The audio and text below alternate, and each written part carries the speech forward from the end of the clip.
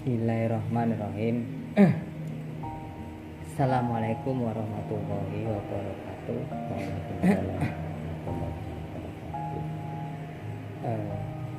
Jumpa lagi dengan kami bocah biasa-biasa saja di malam yang penuh berkah bulan puasa kedua hari ini, malam kedua. Dan mari kita ngobrol-ngobrol santai sambil mengaji dan ngopi, ya Mbak ya. Iya. Ngopi, ngolah pikir dan mengasah jiwa. Baik Mbak, kita biar lebih enak kita ngobrol sambil merokok dan ngopi. Ini kita bahas tentang puasa. Berhubungan ini kan bulannya puasa. Jadi puasa sesungguhnya sebenarnya itu bukan hanya sekedar menahan lapar dan menahan haus, gitu Mbak. Betul. Kalau penilai perspektifnya jenengan itu pripun? Ya, intinya puasa itu ya segala-galanya puasa. Ya cuma menahan lapar dan haus saja. Ya,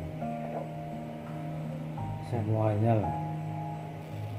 Ya matanya, ya mulutnya, ya hidup ini. Termasuk hawa ya, nafsunya juga. nafsunya itu ya semuanya lah itu puasa.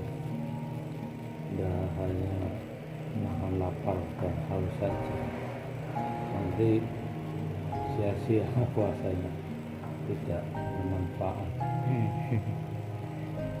Itu yang sangat ngeri itu begitu.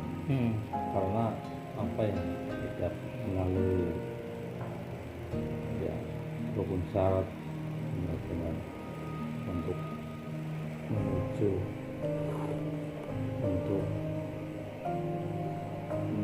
pada maharohan itu tidak mudah, sangat sulit kalau tidak ketemu jalannya, wasilahnya, tali wasilahnya, ulil amri minkum.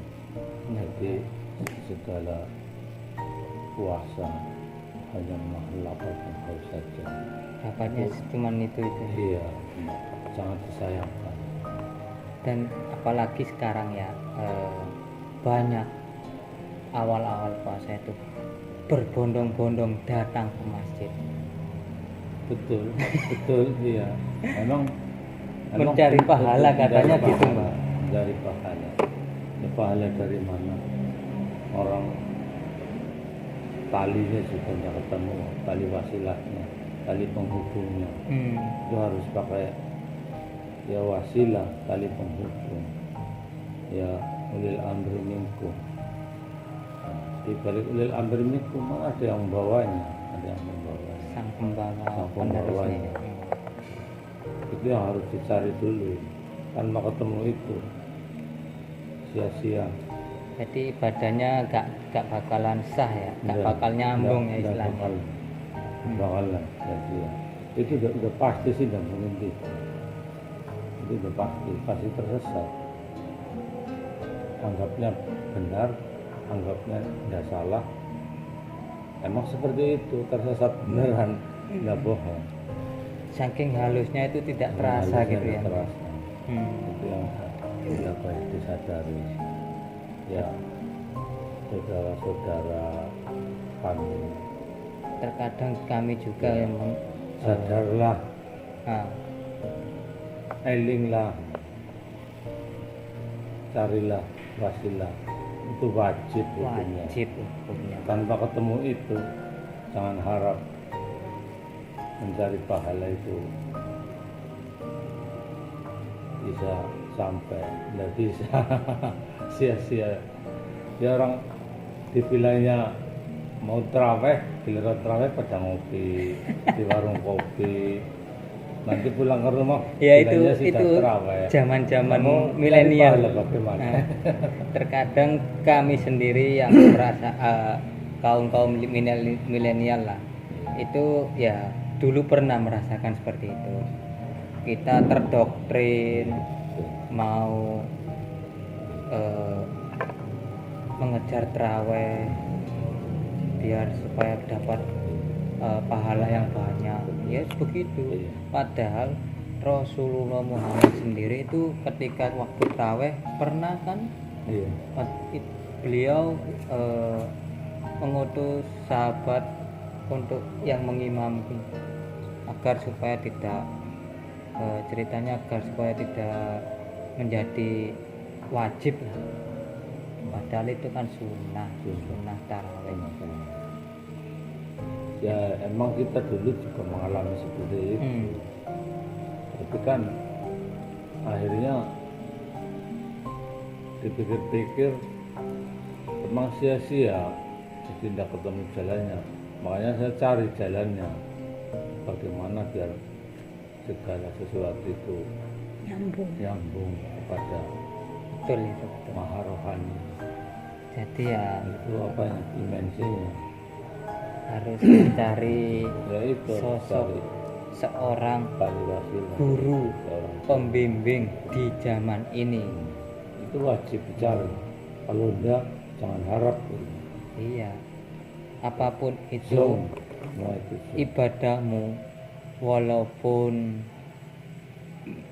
kau kejar pahalanya, tapi ketika tali penghubungnya tidak ketemu atau syahadatmu yang rukun Islam pertama itu tidak benar, maka otomatis ibadahmu sia-sia saja.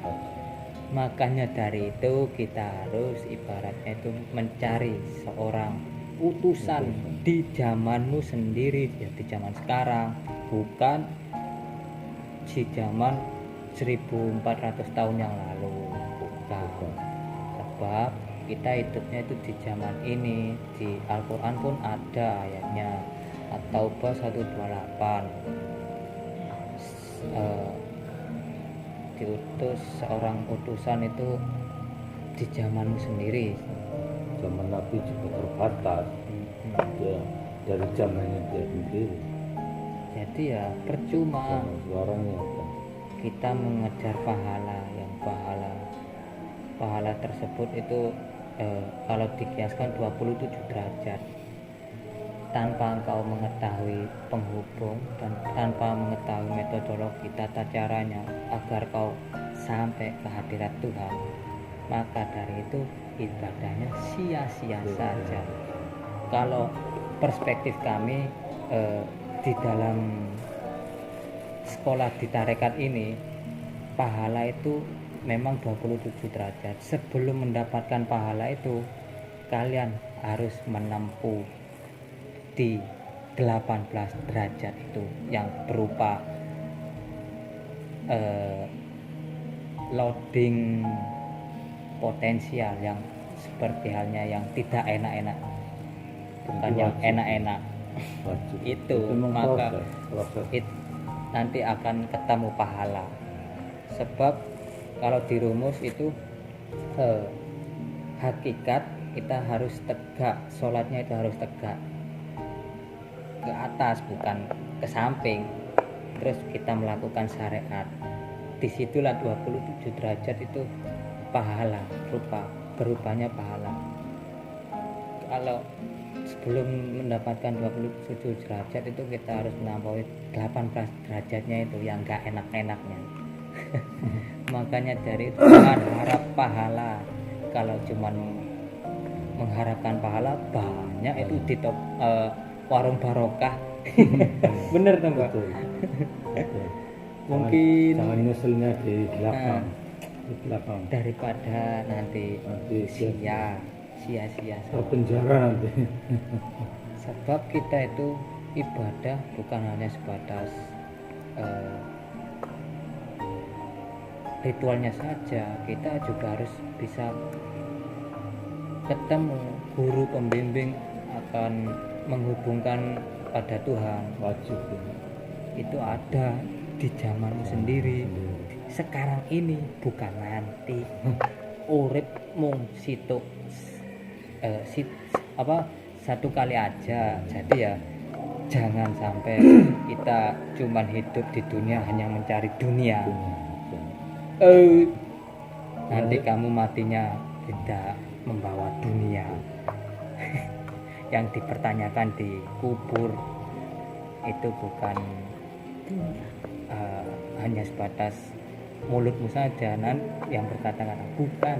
Nanti itu ada alam-alamnya. Makanya dari itu carilah metodologi yang waris, guru yang ibarat bisa menghantarkan kamu akan Tuhan, yang menunjukkan prakteknya itu seperti apa.